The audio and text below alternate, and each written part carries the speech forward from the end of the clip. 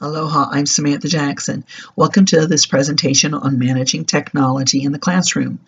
There are certain guidelines we need parents and students to understand about what is the acceptable use of technology in the classroom. We also need them to understand what it is not. This all falls under an acceptable use policy that a school has. Parents and students will need to sign a acceptable use policy agreement as well. So that means that an acceptable use is being on task and learning with technology.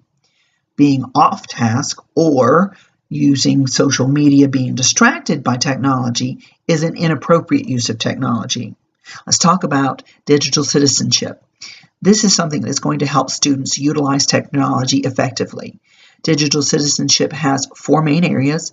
That is digital literacy, digital etiquette, digital learning strategies, and digital safety. First, digital literacy is all about how a student can use technology.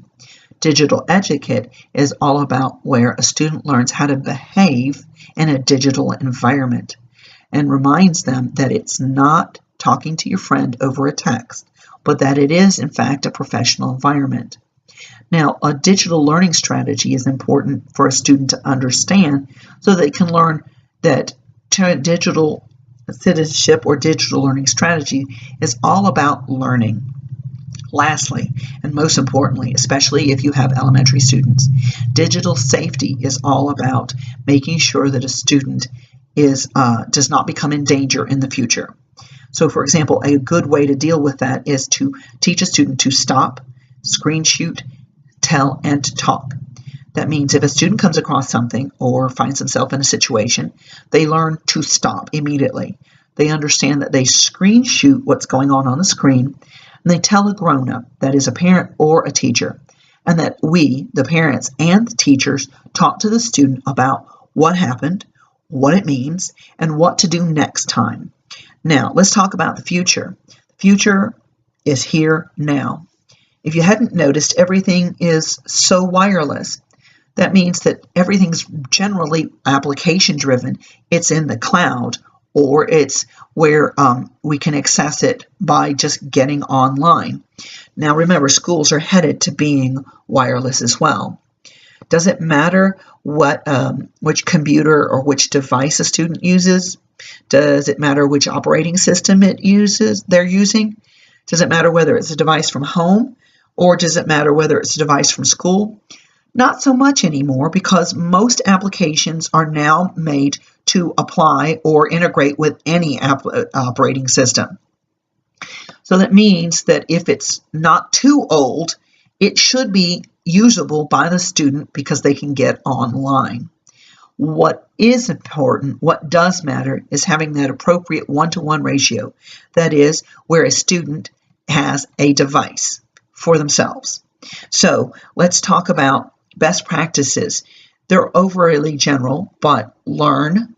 A teacher should learn everything they can about an application they're going to use with the students. Now, they also need to be prepared to, troubleshoot, but best is to teach the students or guide the students in how to troubleshoot their own selves out of a problem. Lastly, teachers consider where your student's technological skill level is at. When you are implementing a technology use in your classroom, do it in phases. So teach technology as its own subject. I have a plan that I am going to use technology in the first weeks of school for students to get acquainted with the technology, to play around with it, as well as to introduce themselves to their student friends. Now, the next step in the phasing in of technology is where you're integrating assignments with technology so that there's an integration. We've heard it, subject integration with technology. Lastly, around 6 to 9 weeks, a student should be able to go full-blown. That is, where they are able to maintain the equipment, devices, as well as utilize it effectively and properly, and that you can have a much more hands-off facilitator role in technology use in your classroom. Now, best practices for us inside the classroom is this wonderful thing called management by walking around. It is always the most effective way to manage a classroom, but also it helps us to be able to tell a student to 45 their screen. Even if it's a cell phone or a tablet or a laptop, they can adjust their screen angle so that you and the student are able to see what's going on the screen. Now there's a traffic light metaphor that I've found, and this is where a teacher can designate the levels of technology use in their classroom. So this is for during class time. Do you need your students to have all stops go on their technology use? Do they need to, that's red light, do they need to put it on yellow where they're working independently on educational items? Now, green is obviously go, but that's where the student goes full tilt with, for example, their inquiry or project-based learning, where they're in charge, where they're directing themselves. This is the green light of technology management. Now we have also students. We've talked about training our students about what's effective, but one of the best ways to help a student be at their best is ensuring that they are focused and challenged with what they're doing in the classroom. We call that engagement. Next, remind your students, and you train your students, that there is always a digital trail. There is always a digital trail. With classroom management systems, you as a teacher are able to see what a student is doing.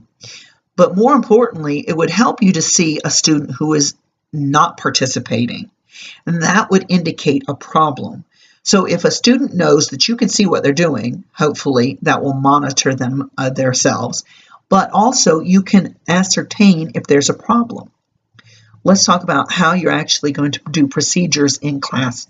Now, there's the when we talked about, when a student needs to use the technology. And of course, you have your different devices of what a student can use in it. Think about it. A student might have two different devices, a tablet and a cell phone. Also, one of the policies and procedures is that a student needs to come to class with a fully charged device. Secondly, think about how you want students to manage printing something.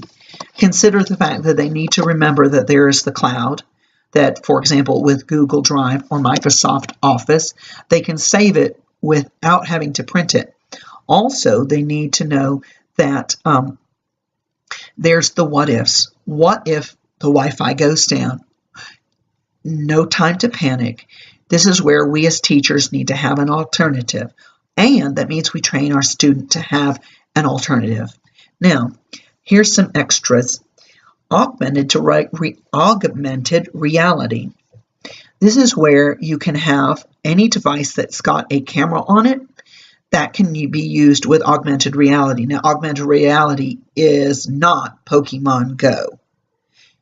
Pokemon Go is a type of augmented reality. That is just an example, but there are many others. This goes back to being a student of technology. Learn what's out there. Now, also, there's polleverywhere.com. This could use replace the clicker in the classroom. If your student can put an app on their phone or device, and you can produce the poll for that application. And you can have your students answer the questions so that you can assess what their base skill level is. You can assess their base information knowledge is. You can also assess what's going on with the students. So, thank you so much, and I hope you learned a lot.